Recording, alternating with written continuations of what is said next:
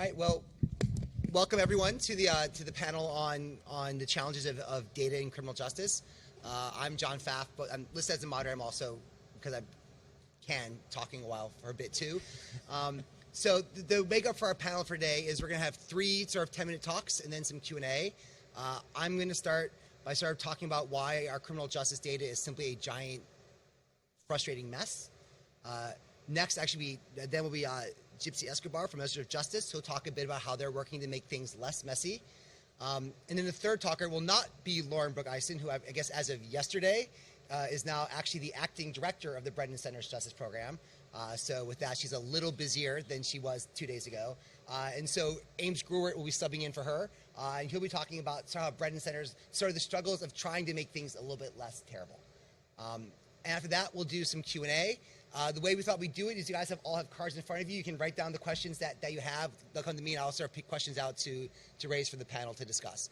So we start 10 minutes each of questions, and about 25, 30 minutes of 10 minutes of talking, then 10 or 30 or so minutes of Q&A afterwards. So given that we're running behind, I think we'll just jump right into things. So I want to start off by sort of setting the ground for just how bad our criminal justice statistics are. Right? And it's really hard to undersell the point I'm trying to make. For an issue as critical to public policy, some have argued it is sort of the biggest civil rights issue of our time, we are flying almost completely and totally blind. So to start, everything's stale, right? How many people are in prison? 2 years old. We know 2017, it's the middle of 2019, the data's from 2017. Unless you actually want things in a more granular format, if you want to know the breakdown by offenses, 2016, 2.5 years into the past, right? That's the best that we have. Crime data, it's a little bit better, right? Operates on a 9 to 12 month lag, so we're kind of looking 1 year in the past. But there's a different, even more tragic lag to our policing data. One thing I find preposterous, utterly preposterous about the UCR is that it reports our crimes down to the individual number. It claims that we had, 6,971,590 larcenies in a year. Hell no, right? They interpolate, they fill gaps. They fill in the gaps of all the people who don't report. But here's how far in the backwards looking we are. That interpolation algorithm that they use to fill the gaps is crude and primitive and preposterously understated because it is still designed to operate on a mainframe. They designed the interpolation method in the 70s when computers looked like this.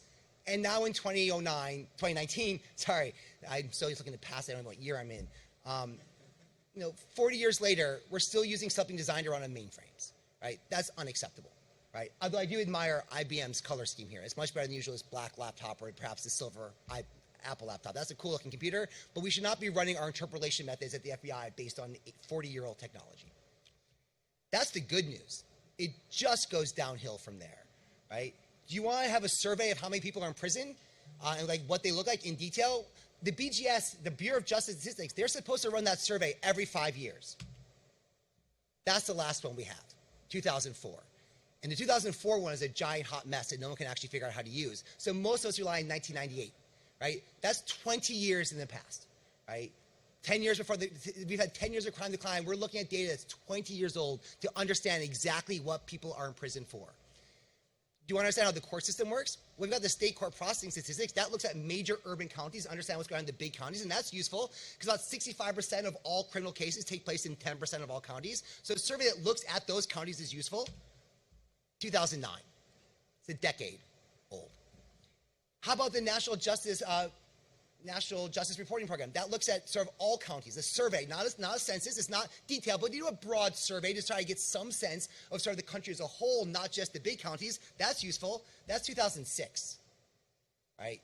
13 years in the past, right? I spent my entire life mired in the past, right? Now, one thing I've always found fascinating about astronomy, right, is that in astronomy, when you look through space, you look through time, right? If something is 15 light years away from you, you're looking at something from 15 years in the past. And that makes sense, because if something is 15 light years away from you, it's 150 trillion kilometers away. I get it takes 15 years to see 150 trillion kilometers. I should not be looking 15 years in the past to see what's going on in a courtroom in Cleveland, right? Far less acceptable. This is the good news. The bad news is that there's whole tracks of stuff we just don't see. Right? Whenever someone asks me, what data do we have on, I just stop them there. Right? We don't have to go on. What data do we have? Oh, actually, one more example. We forget. Right? How much we spent on indigent defense? 2008. Last time we actually did the counting. By the way, in that number, 80% of all people facing a felony charge qualify for indigent defense. Maybe. I spent a solid week trying to actually find that number. And that number, as far as I can tell, it exists in exactly one place. It's a New York Times article from about 10 years ago, where the journalist with no link says most experts say it's about 80%. So maybe it is, maybe it's not. I don't know. We have no idea how many are qualifying, and we don't know how much we're spending, because our spending data is a decade out of date, right? So when people ask me what data we have, I generally just quote Lindsey Graham. None. And I usually do it with about that level of anger, right? Because that's how I feel. None. So here are some things you'd think we would know. We don't.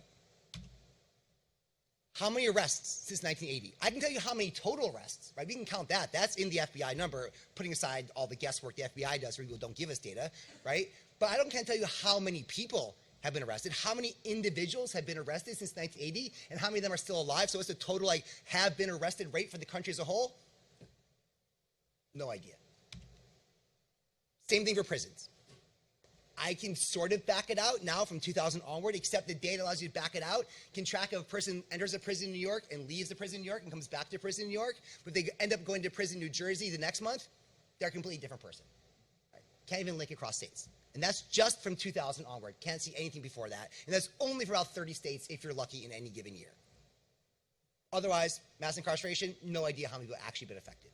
So all in all, how many people have a criminal record? No clue. We know roughly, sort of, maybe kind of, how many criminal records are out there, right? We don't know how many of those people are still alive. We don't know how many times it's someone where they keep writing his name down wrong, right? So it could be the same guy shows up 4 times as 4 different people because the cops can't spell Gonzalez the right way at any given time. They sort of guess because they don't care, right? So somebody's got 2 Z's, 2 S's, 1 Z, 1 S, 1 S, 1 Z. We don't know. But that guy could be 4 different people. Don't know, right? So we have no idea how many criminal records are out there. We know it's like about 100 million records. But we also know about probably at least a quarter of those are repeats, maybe more, maybe less. It's kind of guesswork. We know a lot about the demographics of the elected DAs. There's a whole big press release a while ago about how 95% of all elected DAs are white men. And put the man part aside from it, right? It's not necessarily so surprising that a lot of elected DAs are white. There are a lot of really, really, really white counties out there. They don't have any people, but they're very white, right? And as you start moving to the counties that actually have people, the demographics start to shift, right? But in many ways, I don't care that much about the demographics of the elected DA. It matters, right? But Rachel Rollins, Larry Krasner, they're never going to see it inside of a courtroom. And I don't want Krasner and Rollins inside a courtroom. That's not their job. What I care about is the ADA, right? Is the person sitting across from that young black man with a gun charge, is that someone who understands the social meaning of a gun in a high crime community with very bad policing? Or is that someone like me who grew up nowhere near that, who just sees as someone who's breaking the law and needs to be punished? It's the ADA who matters, not the DA. And no one has studied that. There's one exception. Stanford did a study of California. California is currently 40% non-Hispanic white. When they looked at the demographics of the ADAs, they were a perfect mirror of the demographics of the state of California as a whole, if it were still 1970. Right? 75% non-Hispanic white. Right? That's the ADA pool in California, with a population that's 40% non-Hispanic white and a criminal justice involved population that's certainly much less non-Hispanic white even than that. Right? So the person on the other side of the table has no social or cultural awareness of what that other person, the defendant, has gone through, and that's before you get to implicit or explicit racial bias. That's also going to be a huge problem. Right? That's Stanford did it on their own for California. We have no collective data on that whatsoever. Similarly, do you have any idea how many people used to be prosecutors? Judges used to be prosecutors versus former defense counsel? We have some data from the federal system, and we have some data here and there, but by and large, no. Police shootings? We don't even have a definition. Right? So I can't tell you how many police shootings are out there because we haven't defined what a police-involved shooting is. And to the extent we know anything, it's because the Washington Post does it for us, not because the feds do it. When the Washington Post did it, they said the FBI gathers it, but they're off by a factor of 2. Right? So, or that study you've heard about how 1 in 2 people know someone's been to prison, that's not a survey, right? That was Forward.us, the Zuckerberg Foundation, doing a survey of 3,000 people. Right? Private sector did it. Public sector has no clue. But in many ways, things, so, and why? There's a very easy explanation why. One of the most painful days of the month for me is employment day, right? Where the entire financial world waits to hear what was last week's employment numbers. I'm staring a decade in the past, and they're waiting for last month's unemployment numbers. The BLS, Bureau of Labor Stats, has a budget of $650 million. BJS, 50, of which, from my understanding, fully one half of that just goes to fund the National Crime Victimization Surveys. That's $25 million for everything else. We're blind because we fully, voluntarily choose to be blind. It's a choice. One last thing to keep in mind. The next trickiest issue that we really have to wrestle with are those things that maybe we count, but we count the wrong thing. Recidivism, right? BGS released a huge recidivism report just a couple weeks ago, where it's defined as arrested at least once during a 9-year follow-up. Okay. So that tracks policing patterns, not necessarily offending patterns. And what about the guy who, before going to prison, committed 1 burglary every day and now commits 1 burglary every month? Right? He'd still be arrested within 9 years, right? But he's recidivating a whole lot less. He has deceased. There's been desistance without total cessation, but we don't measure that at all, right? It sounds intuitive. Well, we've measured recidivism. No. We've measured one metric of it, and the thing we actually care about, the underlying patterns of behavior, it's really hard. We might be measuring the wrong thing. Or take costs. BGS measures costs. It's only 6 years out of date. That's actually not so bad, right? But the costs, they measure the financial costs. $50 billion on prisons, $30 billion on jails, $100 billion on policing. But most of that is wages, and wages are a weird thing that's not really a cost. I wasn't good enough in grad school in economics to really understand that whole macro Keynesian stuff, but they're not fully a cost. The costs are like the actual social costs of prisons, right? The violence, the emotional strain, the trauma, the psychological trauma, the physical trauma, the family disruption, the diseases, all these costs, and no one measures that, right? Every cost-benefit analysis of prisons is based on the financial costs, and no one has ever once actually bothered to gather the social costs, and no one seems to care about the social costs to gather it enough, right? People are starting to, but by and large, you've completely ignored that, right? Or the one that is the most pressing for me, I always get asked, okay, Mr. Data Guy, right? You say we don't have any data, especially about prosecutors, so what should we do about the prosecutors, right? What kind of data should we gather on Bill Watterson, right? Sam Stone, all those other people?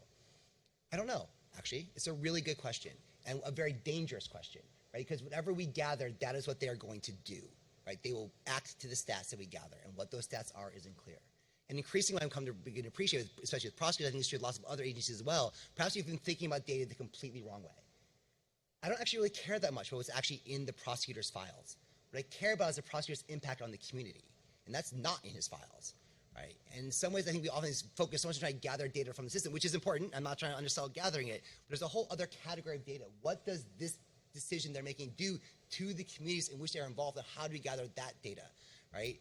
And so we have the data that's stale, we have the data we don't have, then there's the data we gather, but it might be the wrong thing, right? Maybe we're gathering the wrong recidivism number, maybe we're gathering the wrong cost number, maybe prosecutor isn't about what's in the prosecutor's case files, that's what all our data gathering focuses on going forward right now, is much more on their impact on the community, and trying to figure out how to actually get to a better place. It's a huge, serious challenge I think we're just starting to address. So I will now turn this over to Gipsy. Wow, how do you follow John Pfaff?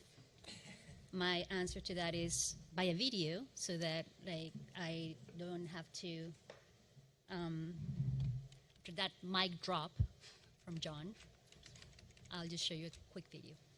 Thank you. Yeah, thank you.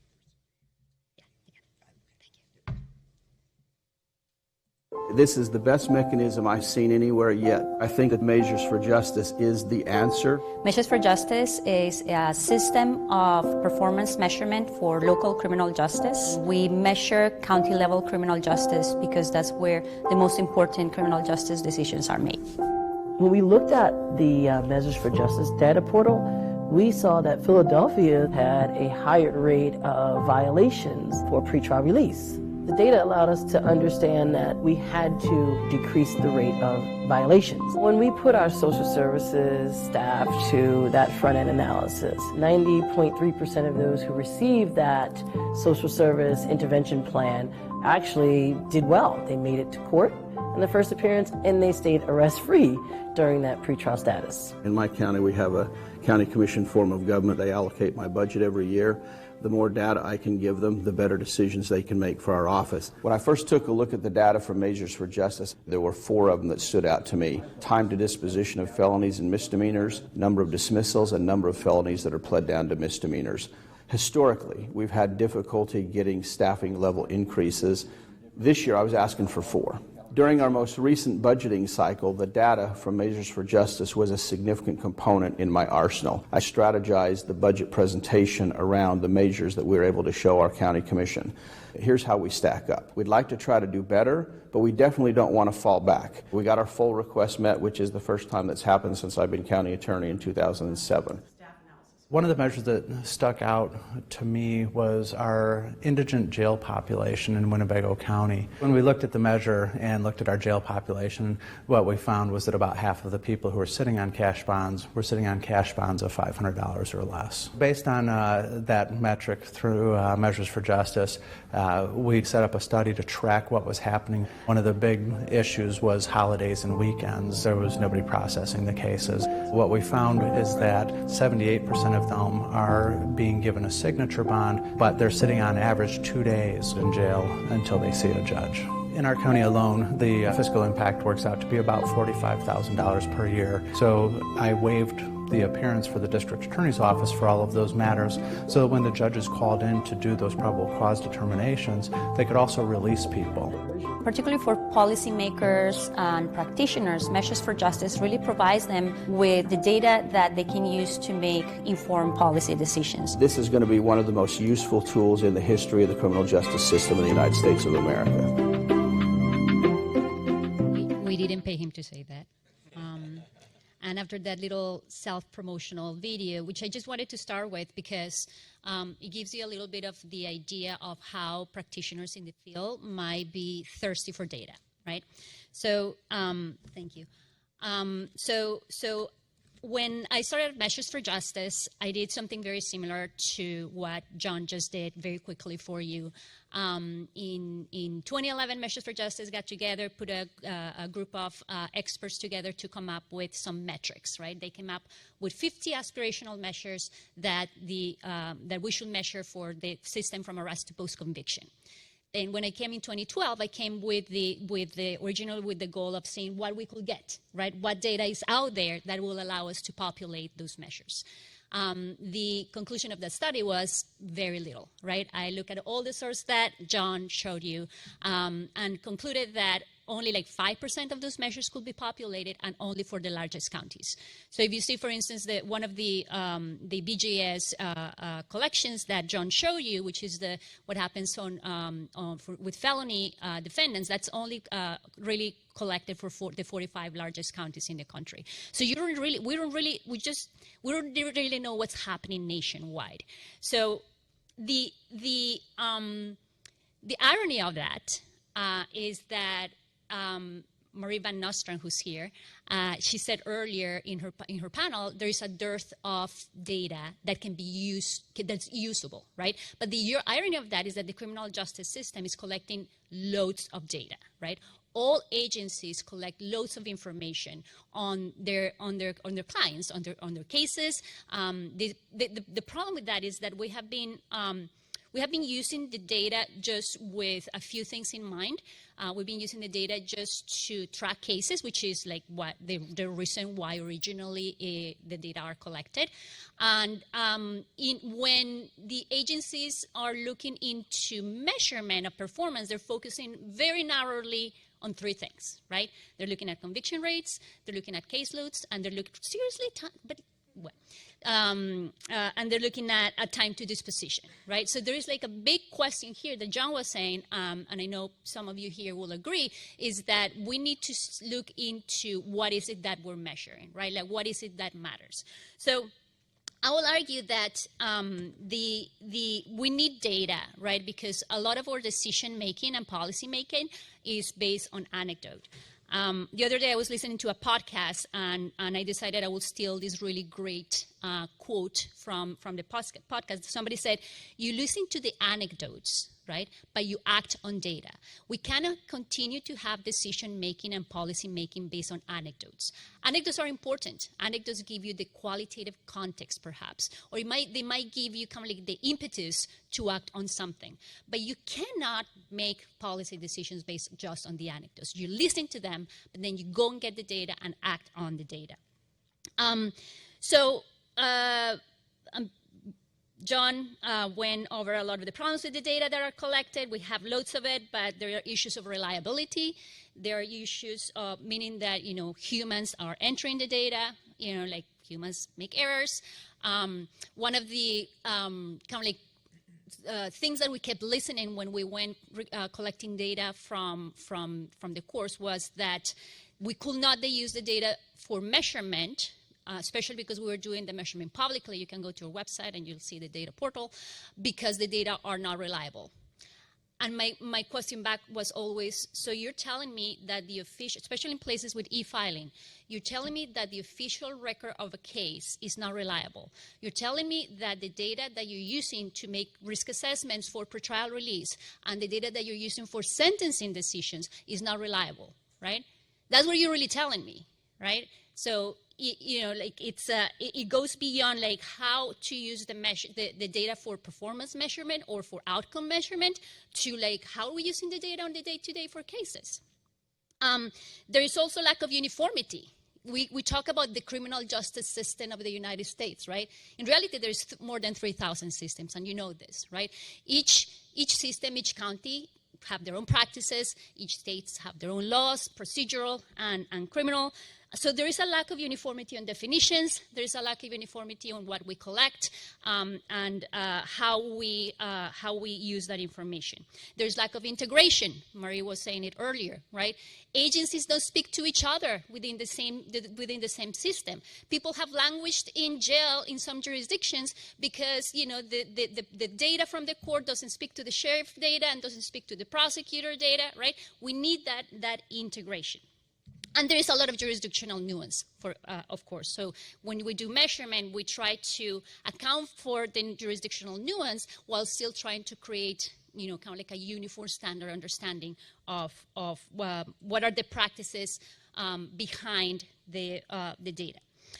Now, I will argue that even though the data are imperfect, perhaps they're still very imperfect for risk assessment, I will argue that we should still use it. We have poor data practices because we're not using the data, right? If we're using the data more consistently to look at our results, to look at like when we do, there is a bail reform and to evaluate how bail reform is working, right? Then that will force us to actually have better data practices. We have a saying on Measures for Justice that says data breeds data. So what is happening around the country to try to improve upon those things? There is legislative initiatives in several states that are requiring local agencies to collect a uniform set of data elements and report them to central data repositories that in some cases will be made publicly available after anonymization to protect the defendants. In other cases not. So Florida passed last year a bill that got amended this year. California is studying a bill this year. Connecticut passed a bill that is requiring prosecutors to report data. Colorado passed a bill that requires some jail data collection. Looks like the Department of Justice is catching up after many decades. The Bureau of Justice Assistance just put up an RFP called Data-Led Governing that is looking into creating a big coalition for improving data standards across the board in the criminal justice system and figuring out how we're going to implement these standards. The National Center for State Courts, in collaboration and partnership with Measures for Justice, has also started an initiative which is actually moving along fairly quickly, which is very exciting, to create, it's called the National Court Open Data Standards. And for each type of court, we're only involved in the criminal side, we're developing the standards for the data that all courts should strive to collect and agreeing on those definitions, agreeing on terminology, right? Like arraignment doesn't mean the same thing everywhere. Diversion doesn't mean the same thing everywhere. So like those things are very important. And lastly, on race, right? Race is a very difficult thing to deal in the system, and it's such an important thing that we need to take into account. There's a big question when we look at racial disparity that when we use administrative data, that information is coming from the perception of probably the arresting officer. In Florida, one of the states with the largest Hispanic population, they were not collecting they were not collecting any data on ethnicity. The courts weren't, and like with the bill that will help pass, now finally they're going to be including ethnicity in this data collection, so that we know what's happening to one of the largest populations in the system. So just to finish. There's tons of problems, but there is also tons of data, and we need to use it so that we can make it better, and that we can, listen to the anecdote, but act on the data. And with that, I give it to Ames. Thank you.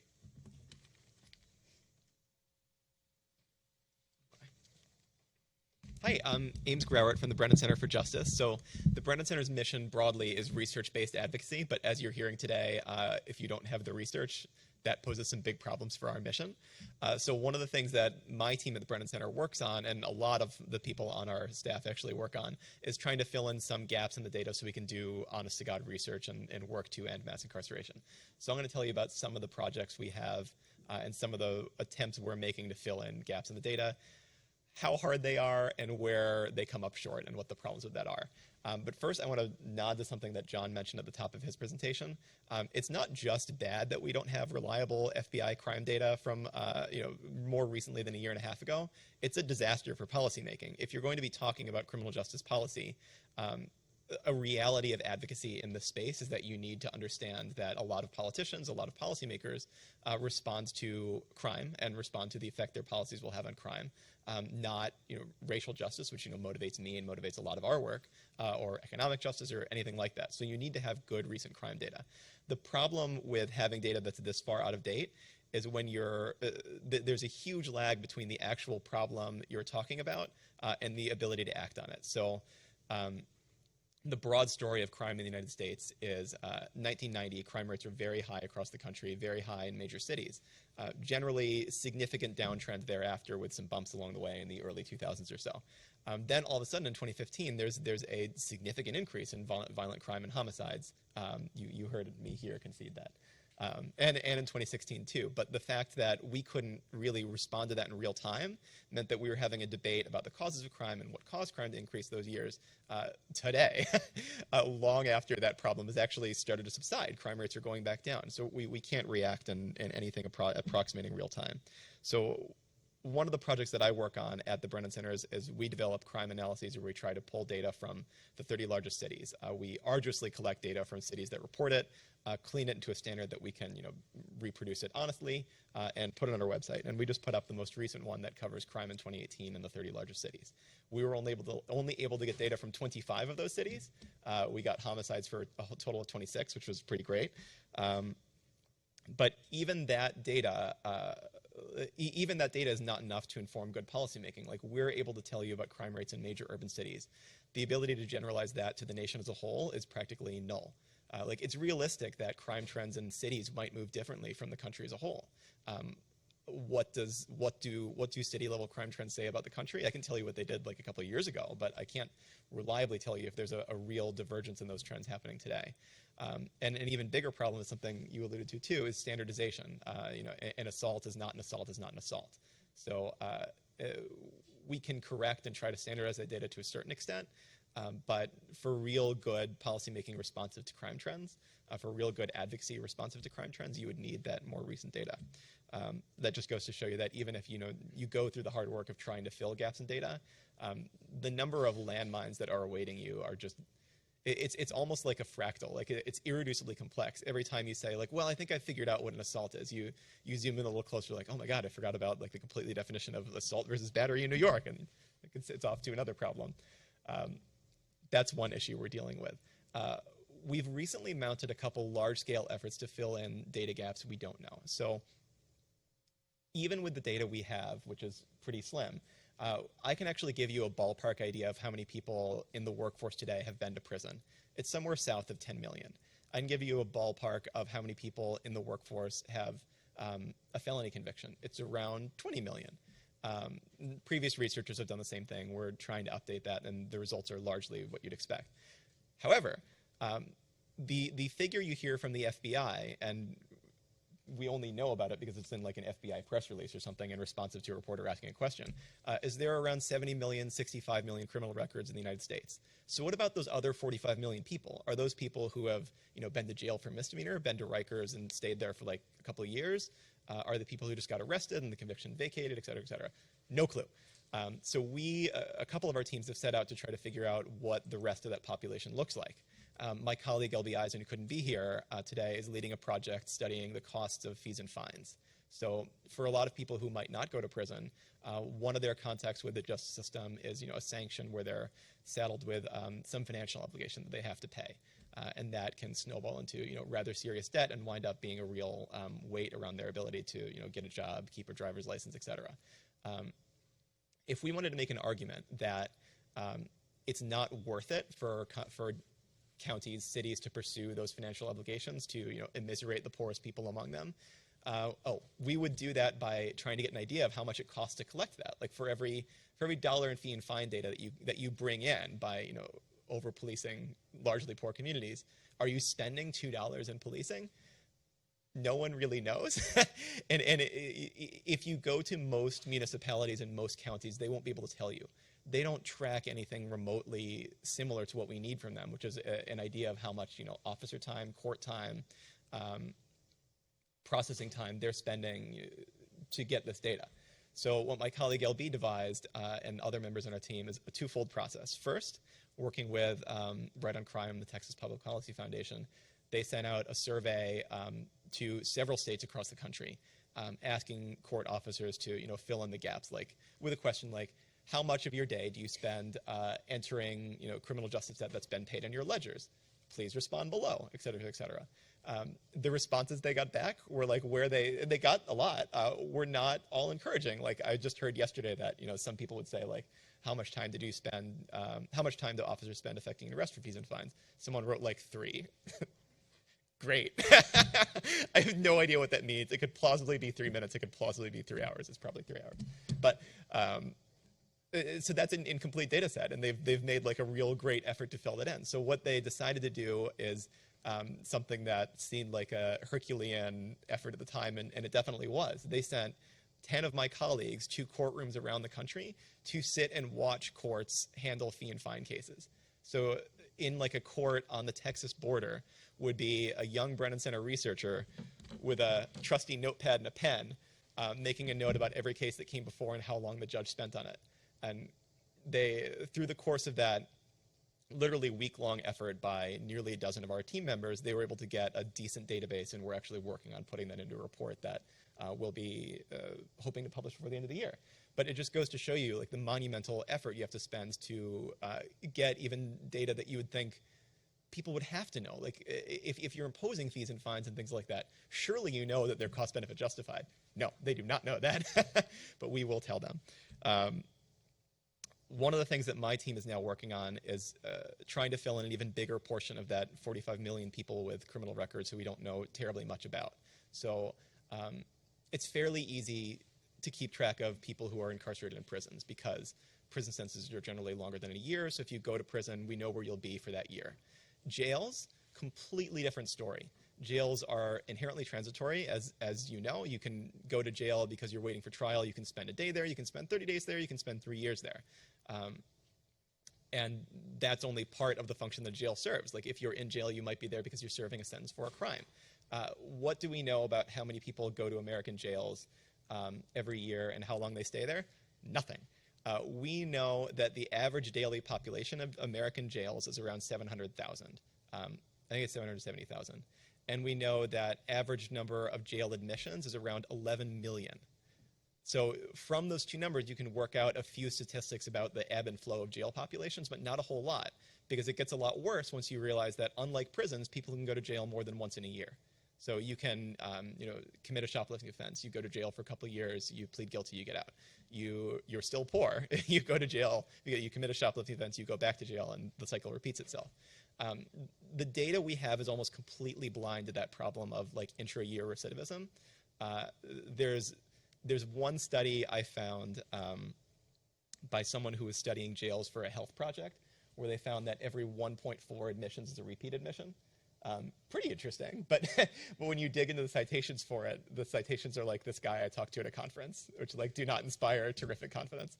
No offense to all of you who are listening to a guy speak at a conference. I'll send you the paper if you're interested. But with that, we can actually, we can start to build an idea of how many people are affected by jails each year, but we don't actually know. Like at the end of the day, if you wanted to ask a question about how many people are directly impacted by an experience in American jails, or how many people are directly impacted by an experience in Rikers Island, the answer I have to give you is I don't know, but I would really like to know.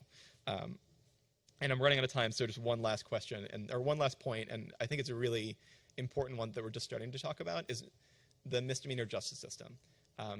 I recently saw a stat that I think it was 88% of American dockets are misdemeanor cases, not felonies. That's a stat I heard from someone at a conference, so I'm not totally sure of it.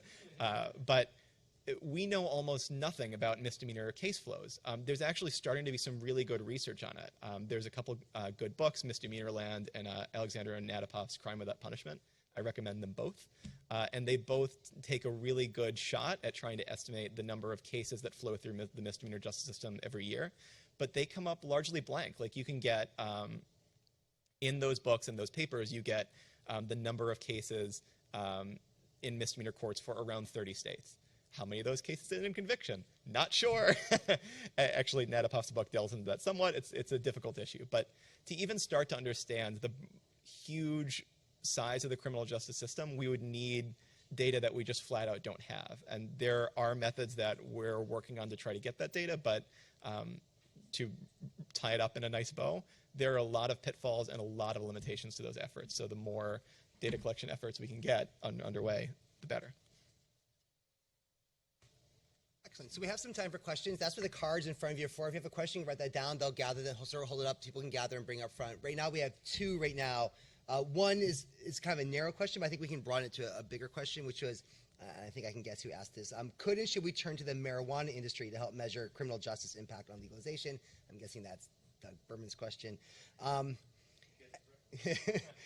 I'd say more broadly, like if the BGS is not going to can't step up to the plate, right? And to be clear, the people at the BGS who work there do amazing work. But if I'm not mistaken, the current director of the BGS has no criminal justice experience, no data experience. His prior job was in healthcare, and his only experience with data was creating a algorithm for fantasy football that didn't work, right? That's the guy running the BGS. People below him are amazing, but that shows you kind of the respect for data at the top. To what extent can we turn to either the for-profit private sector, right, in the marijuana industry, or the non-profit sector, right? I mean, there's millions and millions of dollars flooding criminal justice. Is that the way forward, right? As people who work in sort of the nonprofit side of it, like, or is it concerned when the money dries up at some point, which it inevitably will? Like, do we need to have some way to get the government to actually like, how much can we rely on sort of the private sector to pull us through the gaps that we have? Start with that. I can take it. Yeah.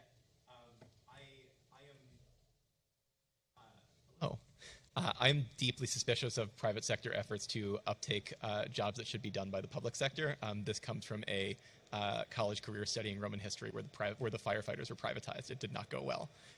But I think there's a real role that nonprofits like the Brennan Center and like Measures for Justice can play both two ways, both by spurring people to collect data that we ask them about, which actually happens. One of my younger colleagues named Adure wrote a very smart question to someone at BJS about data they didn't collect on female incarceration, I think it was. And they responded with, oh, it's an interesting question. I think we should publish and report that. Yeah, that's great work. That's like that's very subtle advocacy that doesn't, change the tide of history, but it will change our understanding of the justice system long term. But the problem is that on the second side of things, that is like collecting and reporting the data on our own, the federal system is a beast. The more you study criminal justice statistics, the more you'll wish that we were just one big country and think federalism was a huge mistake. because you run into huge problems of standardization and nationalization. Like, to get a national picture from the little points of data you're able to collect, you have to make a lot of leaps of inference that you can't really make, or you definitely can make, but you would prefer not to make. So there's really no substitute for a centralized way of collecting all data and reporting it out.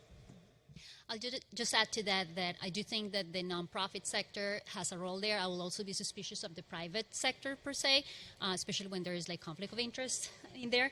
But I do think that like all the efforts that many nonprofits have been engaging like in the last 20 years are finally being seen by more of the and this is a good word, people think it's a bad word, but by the technocrats in BJS and BJA, who are now like, kind of like saying, okay, these people are doing the work we should be doing, let's figure out how we're going to do it. So like there is a lot more effort. BJS also came up with an RFP last year to also look into standardizations for data collection. So I think the nonprofit sector has a very important role in pushing the ball forward, right? In showing a mirror to the government and saying, you're not doing this, we have to do it because you don't have to do it.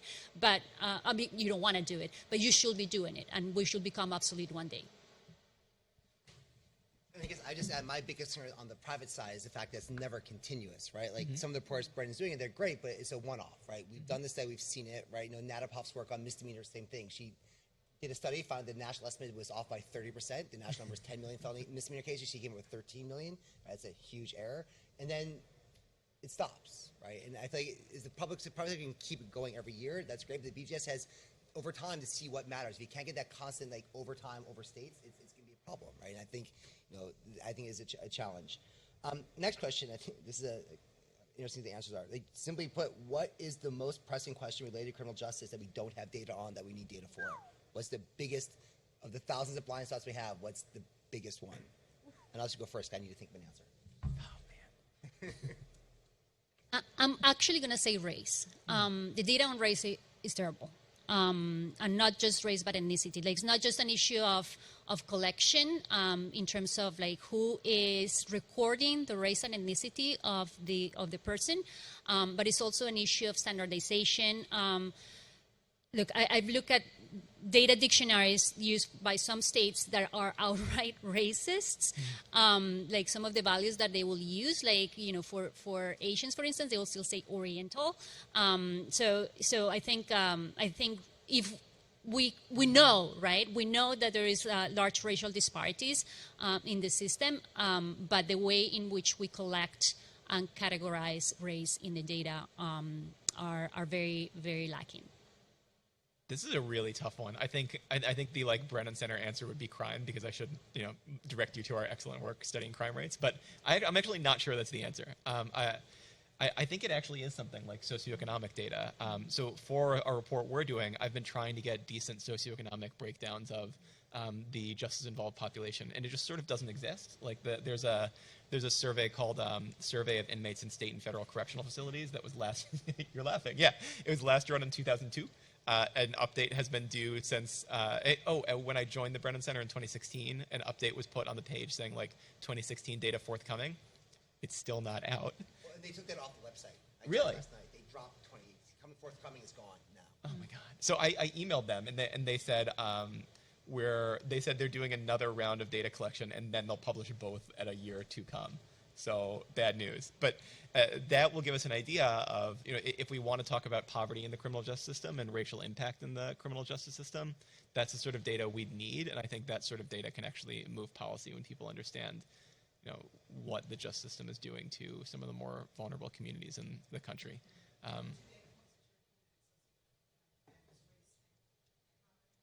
Not just, absolutely not. I'd want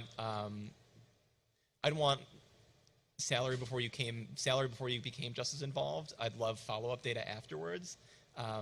I'd love, this would have to be heavily anonymized and would only be given to me under crazy agreements.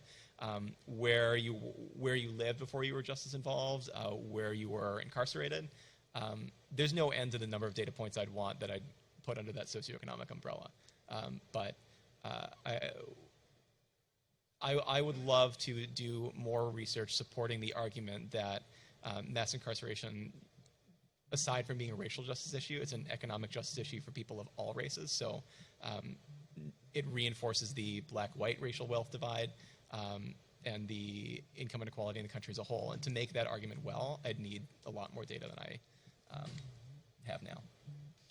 Yeah, I'd say for me there are two things. One is actually my next big project is trying to figure out what the social costs of just the incarceration part are, right? Not the financial $50 billion we spend in fiscal dollars, but like, what is the impact on like the spread of tuberculosis and STDs? What is the financial impact of both having gone to prison yourself or the financial cost to the family of having to collect phone calls and travel 250 miles away to see the loved one? Or in the case of Hawaii, half of Hawaii's prisons are in Arizona, right? So that's a fun trip to make to go visit your loved one in prison.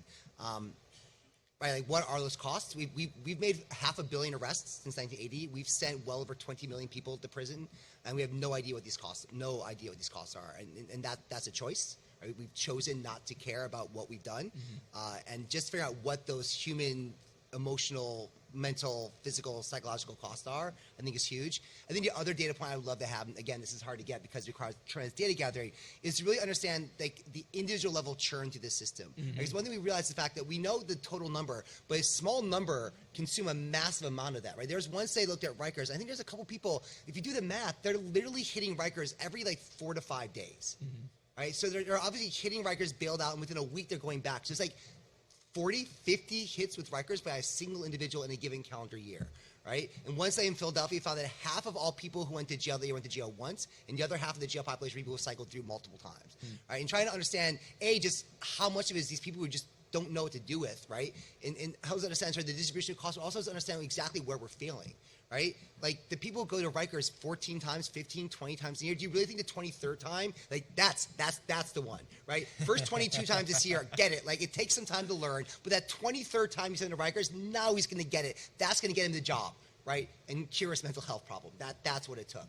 Right? And I think trying to understand just sort of where this really breaks down requires this really micro level data that we just don't really gather. And I look at foreign countries where they can link your entire history to you, right? Like you got your one national ID number that ties you to like your educational outcome, your geographic outcome, your prison outcome, your health outcome, your everything, because the national health care system has your entire health data. We can know everything. Now, again, that data gets hacked.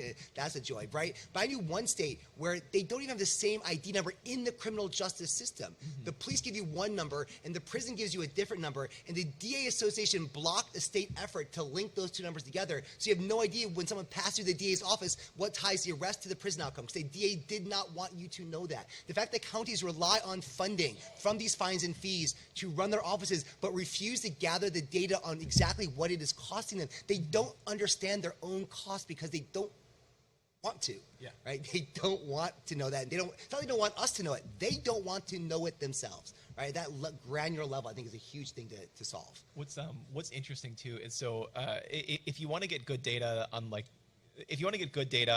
the socioeconomic status of people who become justice involved, there are a couple good surveys run by the Bureau of Labor Statistics, such as the National Longitudinal Survey of Youth. But if you dig into the variables of that survey, you realize whoever built it doesn't really have a very nuanced understanding of the criminal justice system. Because one thing we've turned to is like, can we use that to get an understanding of how many people are convicted of a misdemeanor? It's obviously just survey data, but it's supposed to be national representative, so maybe we can do something with that. But they don't have a, were you convicted of a misdemeanor question. They have a, were you convicted of a serious traffic offense question. I don't know what that means. Drunk driving, maybe.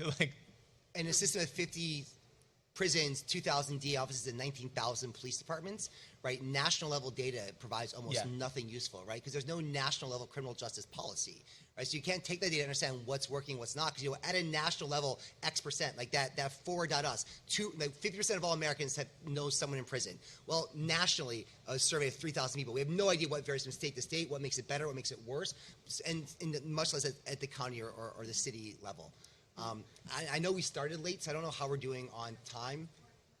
All right, so I guess that's it. I just wanted to add one thing, that there is a researcher in the University of Michigan is actually trying to link data from the course to the Census Bureau data, and it's been very hard, is what he says. But he's trying. Mike Mueller's. All right, well, thank you guys so much. We really appreciate this.